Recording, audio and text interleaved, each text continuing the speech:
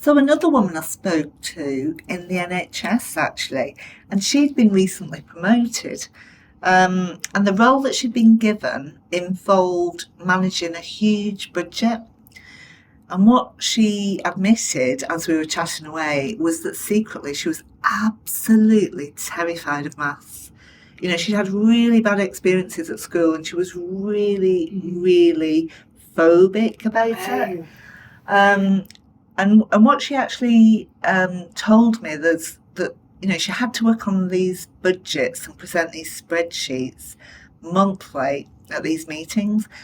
And she went to this meeting and, you know, there was kind of senior people in the meeting. Terrifying already. And started to ask her questions about the figures in the spreadsheet. And she said she was absolutely mortified and she couldn't answer the question. Oh, goodness. And she was so humiliated. Yeah. She just felt like really stupid, really exposed, really, really anxious because all these terrors from the past resurfacing. There's a lot going on there. But what was so awful is she said she left that evening, jumped in the car, and she just literally cried all the way home. And so the impact of that, you know, on that woman's mental health, you know, she already had these phobias from the past and they're resurfacing, and now she's been given this budget to manage with no kind of extra training or support, you know, and not feeling, because of her anxieties, not feeling able to go and say, you know what, I could really do with some help on budgeting or forecasting on my maths. Well, you'd be scared, wouldn't you, that they would kind of strip you of your new promotion and say that you couldn't do that or that you weren't good enough for that role. So it would just be a really scary situation. I can empathise with her quite a lot because when I'm put on the spot, sometimes I just go completely blank. I call it doom chest, where your heart sort of just drops and you can't think of a word to say. So she must have felt that way, and it's not nice at all, and it's so bad for your mental health as well to feel that regularly if she has to present on a monthly basis. I know.